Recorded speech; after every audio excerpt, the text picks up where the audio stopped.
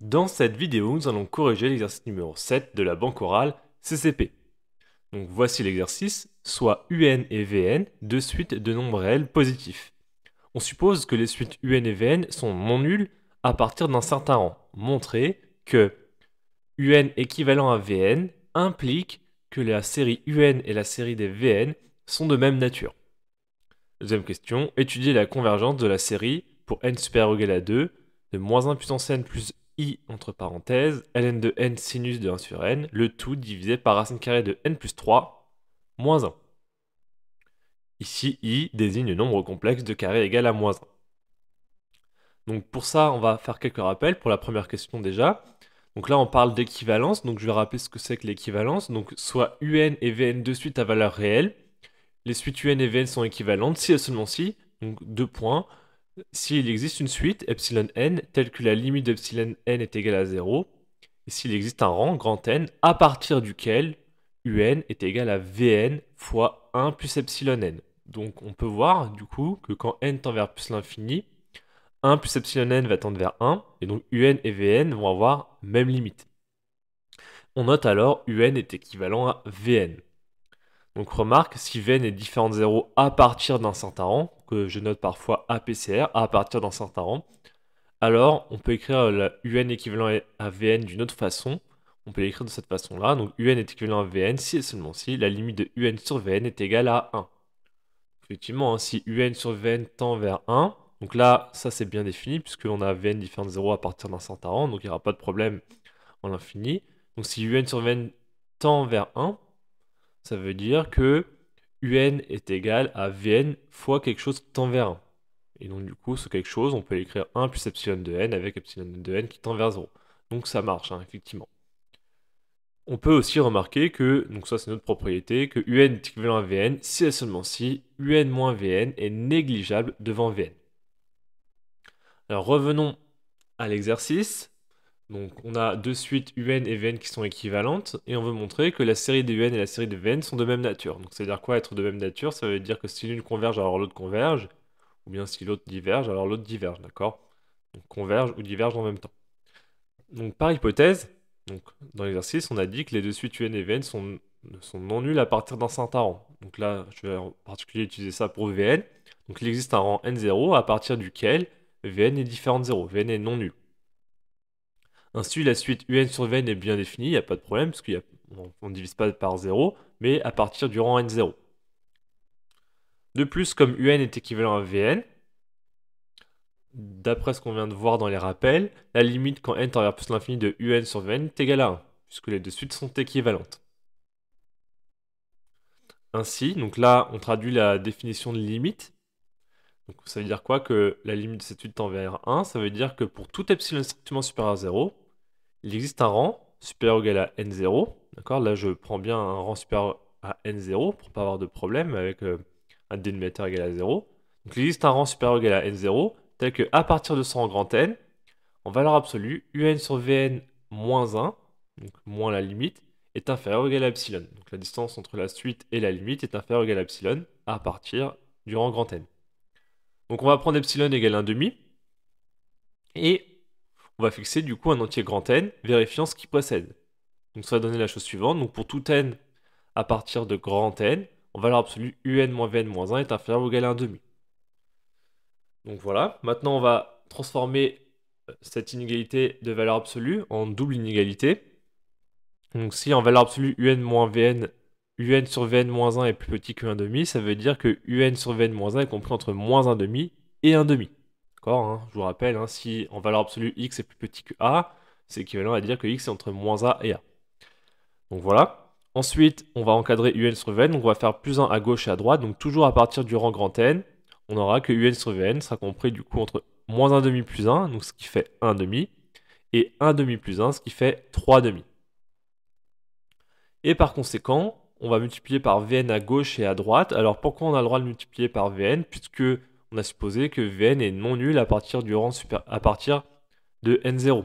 D'accord? Or là, on part à partir de grand N, qui est lui-même plus grand que n0. On l'a vu tout à l'heure.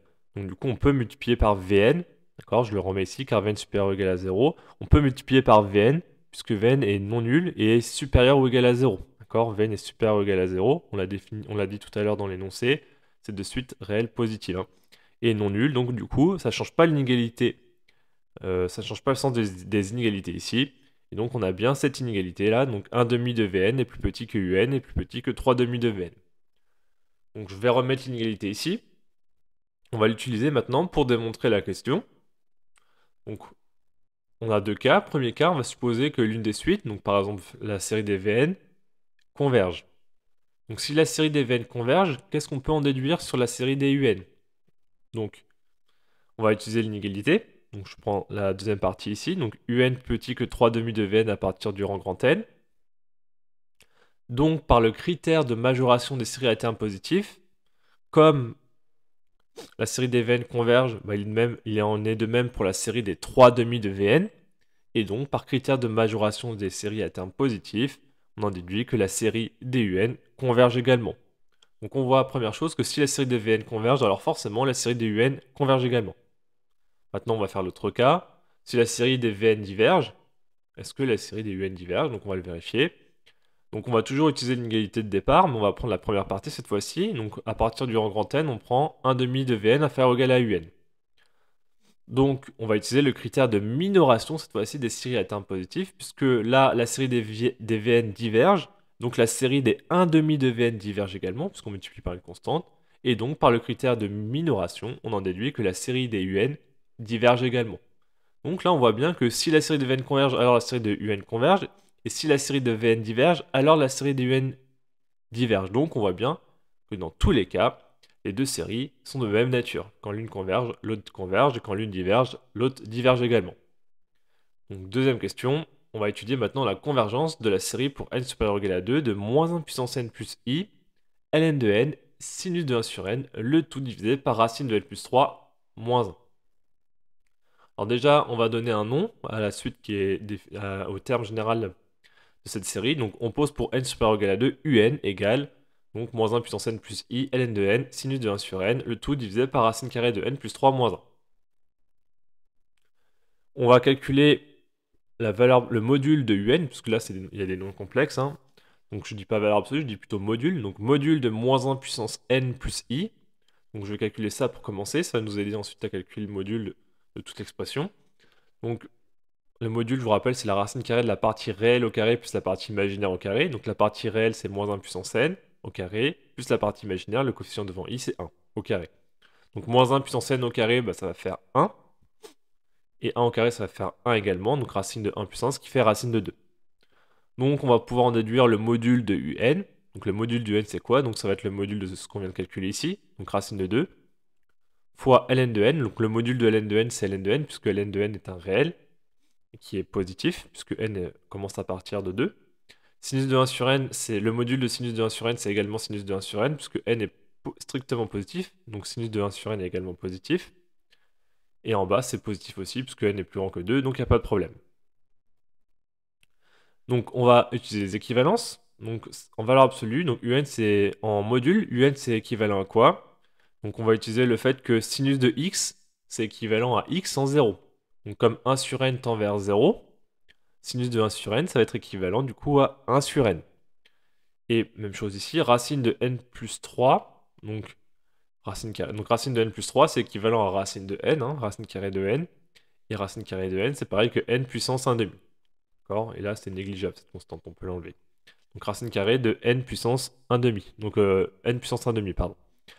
Voilà. Ensuite, on simplifie encore, on peut, puisque là, 1 sur n, c'est comme si on avait du n puissance moins 1 en haut. On va le mettre au dénominateur, ça va faire du n puissance 1 en fait. D'accord? 1 sur n multiplié par 1 sur n, c'est divisé par n. Donc on va rajouter n en bas. Donc n puissance 1 demi fois n, ce qui va faire n puissance 3 demi. Et en haut, il va rester racine de 2 ln de n. Et cette expression-là, on va lui donner un nom, on va l'appeler Vn.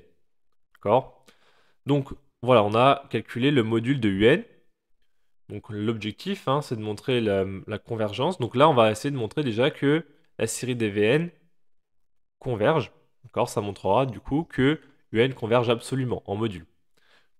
Donc on va utiliser pour ça la règle des n puissance alpha Un, donc, que je vais rappeler rapidement ici. Donc soit série de Un une série à terme réel positif, S'il existe un alpha strictement supérieur à 1, tel que n puissance alpha un converge vers une limite L qui est différente de plus l'infini, alors la série des UN converge.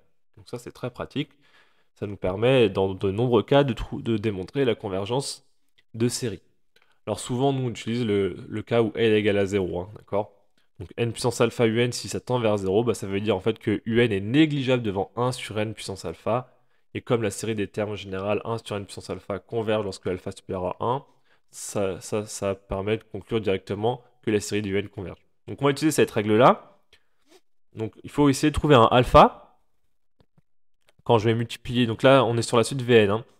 On va essayer de trouver un alpha pour lequel n puissance alpha fois Vn converge. D'accord? Alors, on voit ici que déjà on a une puissance 3,5 au dénominateur. Donc, si je mets un alpha plus grand que 3,5, donc je vais faire, si je multiplie tout ça par n puissance alpha avec alpha supérieur à 3,5, à la limite, on va voir qu'elle va faire plus l'infini. Donc, ça va pas marcher. Donc, il faut que déjà que je prenne un alpha qui est plus petit que 3,5, ça c'est sûr. Donc, plus petit que 1,5. Et il faut aussi que je prenne un alpha strictement supérieur à 1 pour pouvoir utiliser la règle, hein. Donc du coup, on va prendre un alpha entre 1 et 1,5, 3,5. Donc on va essayer 1,25 par exemple. Donc 1,25, 5 quarts. Donc on va essayer 5 quarts, on va voir ce que ça donne. Donc n puissance 5 quarts fois Vn. Donc on calcule ça. Donc ça va faire quoi? Donc on multiplie par n puissance 5 quarts. Donc là, je reprends Vn qui est ici. Donc n puissance 5 quarts divisé par n puissance 3,5. Donc en fait, on fait 5 quarts moins 3,5. D'accord?